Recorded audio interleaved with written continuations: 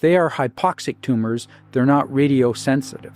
So now we start thinking, if you're exercising while getting radiation therapy or while getting chemotherapy, we might improve delivery of the drugs to the tumor and improvements in making them more radiosensitive. And we've seen this in actual human studies.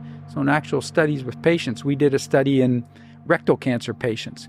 And the treatment for them is a combination of chemoradiation therapy prior to having the tumor surgically removed 12 weeks later. So they want to shrink and try and eliminate that tumor.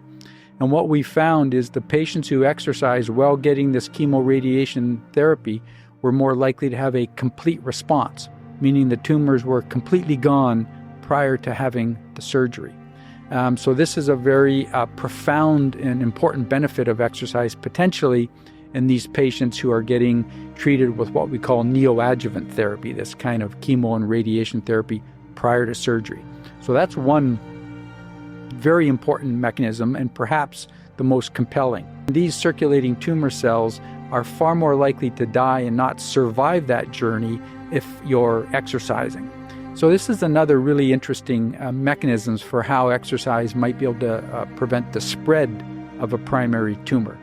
And once those cells are circulating or they've kind of disseminated elsewhere in the body, this is where some of these other mechanisms can be important.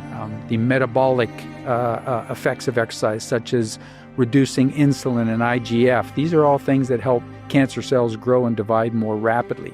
The anti-inflammatory effects of exercise can be very important. And probably one of the key ones is the immune system, tracking down and killing these cancer cells, right? This is why we have the whole new treatment now, immunotherapy. We've realized how important it is to call on the immune system to be able to track down and kill these cancer cells. So exercise, in some ways, was the original immunotherapy. This was stimulating the immune system and improving natural killer cell cytotoxicity, the number of natural killer cells, the number of T cells and B cells that were all doing immunosurveillance of these cancer cells.